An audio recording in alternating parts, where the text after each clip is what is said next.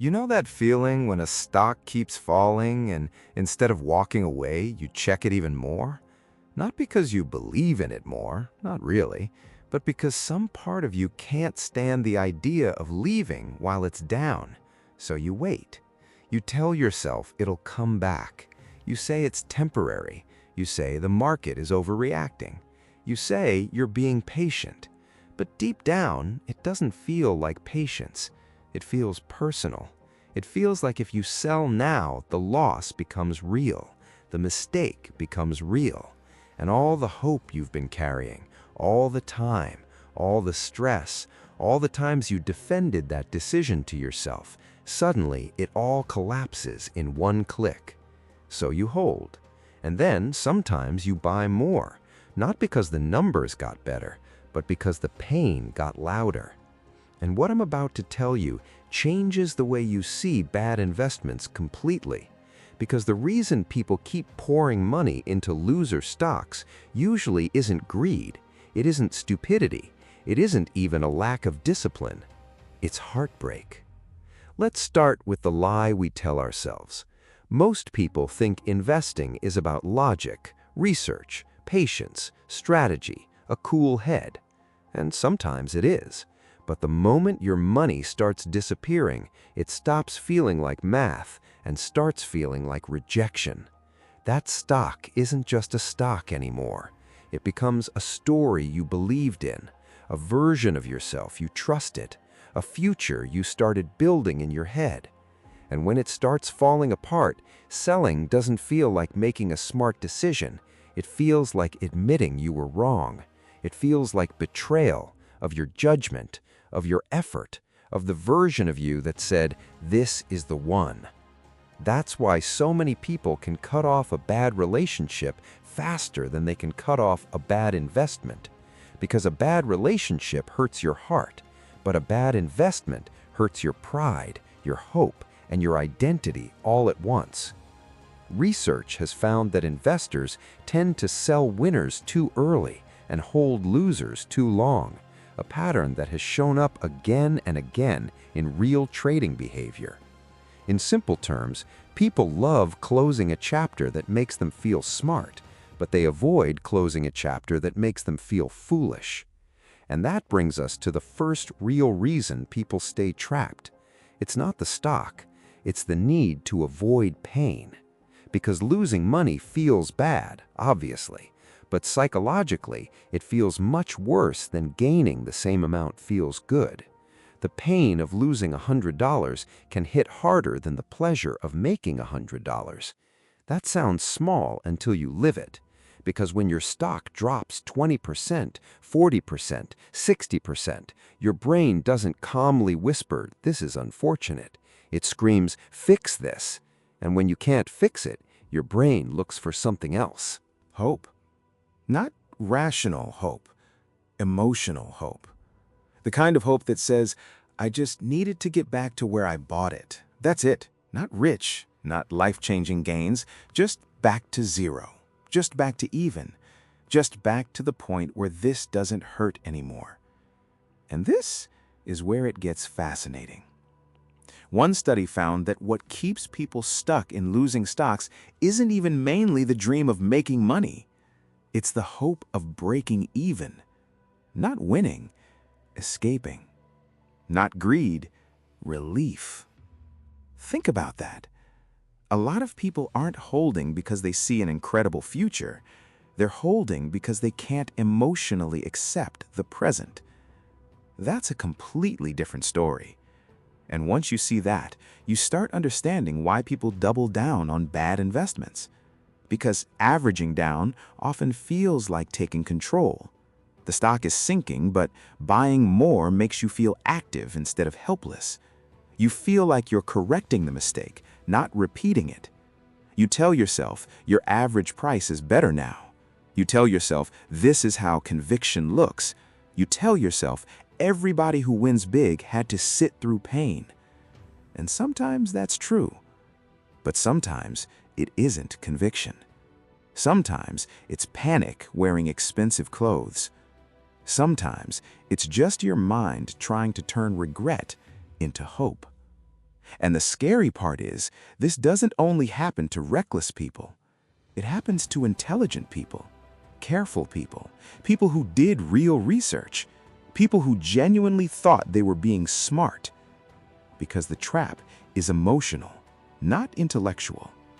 You can know the facts and still freeze. You can know the company is weak and still hold. You can know the story is broken and still keep telling yourself one more quarter, one more earnings call, one more bounce, one more chance. Here's why. Selling a loser stock forces you to feel two things at once. First, the pain of losing money. Second, the pain of admitting reality. And for a lot of people, the second pain is even worse. Because once you sell, the fantasy dies. Before that moment, the story is still alive. The comeback can still happen. The miracle is still possible. You are still early, still patient, still misunderstood. But the second you sell, the courtroom closes. Verdict delivered. You were wrong. That finality is brutal. So people delay it. Not forever, just one more day. Then one more week. Then one more year. And slowly, what started as a financial decision becomes emotional self-protection. Now here's where things go deeper. A loser stock doesn't just trap your money, it traps your attention. You wake up thinking about it. You check pre-market. You watch strangers online defending it. You search for bullish takes and ignore the ugly ones. You don't want the truth. You want emotional permission to keep hoping. Because if somebody smart says it's still a buy, then maybe you're not in denial. Maybe you're just early. This is how people become loyal to losing positions in a way that almost looks romantic. They defend them, they identify with them, they suffer with them. And after a while, walking away doesn't feel like discipline, it feels like abandonment. That's why some people will cut their grocery budget, delay vacations, avoid telling their spouse, and still refuse to sell the stock that's quietly draining them. Because at some point, the stock stopped being an asset, it became a wound. And people do strange things around wounds. They poke them, protect them, hide them, reopen them, but they do not heal them.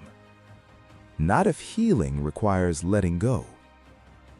And here's the twist most people never expect. The longer you stay, the harder it gets to leave. Not because the stock becomes better, but because your identity becomes more attached to the story. Now you're not just someone who bought a bad stock, you're someone who endured, someone who believed when others doubted, someone who stayed strong. And that identity can feel heroic, right until it ruins you. Because endurance is noble in the right place, in a marriage worth saving, in a dream worth building, in a recovery that takes time. But in a collapsing story with no real foundation, endurance can become self-destruction with good branding. And this is why people outside the situation often see it more clearly than the person inside it. In fact, research found that when people make investment decisions for someone else instead of for themselves, they become less emotionally attached to breaking even and more willing to let go of losers. That should tell you everything. Sometimes you are not bad at reading the stock. You are just too emotionally close to the pain. If your best friend came to you and said, "I've lost money, the story is broken, the signs are bad, but I'm staying because I just need to get back to even," you would probably see it instantly. You would hear the desperation, you would hear the bargaining, you would hear that this is no longer about money. But when it's your money, your dream, your ego, your late nights, your silent shame, it feels different. It feels special. It feels justified. And that's how people get trapped. Not by charts, not by news, by the oldest force in human life, the refusal to let pain mean nothing. Because if this stock goes down and never comes back, then what was all this suffering for? What was all that belief for? What was all that waiting for? So we keep holding, because as long as we haven't sold, the story isn't over. But sometimes that's the real danger. Not that the stock is falling, that your life is getting tied to something that needed to end a long time ago. And if that hits a little too hard, good. Because this isn't really just about stocks. It's about every part of human nature that struggles to release what has already hurt us. Bad investments, bad relationships, bad identities, bad dreams. Sometimes we stay because leaving feels like losing, but staying can be the deeper loss. So if you've ever held a loser stock longer than you should have, don't reduce yourself to "I was dumb." That's too shallow. You were human. You were trying to protect hope. You were trying to protect pride. You were avoiding turning pain into truth. And almost everybody does that somewhere in life. But real strength isn't always holding on. Sometimes it's being honest enough to let go before a bad story becomes your whole personality. Because the market doesn't care how long you waited. It doesn't care what price you bought. It doesn't care how badly you need redemption. But your future does. Your peace does. Your life outside that screen does. And maybe the most expensive stocks are not the ones that fall the hardest. Maybe they're the ones that quietly convince you to keep sacrificing your clarity, your sleep, and your self-respect just to avoid admitting the loss. If this resonated with you, the next step isn't shame, it's distance.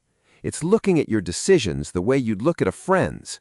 It's asking not, "Can this come back?" but "What is this costing me emotionally to keep alive?" Because sometimes the smartest financial move is really an emotional one. And sometimes the moment you stop begging a losing story to redeem itself is the moment you finally get your mind back.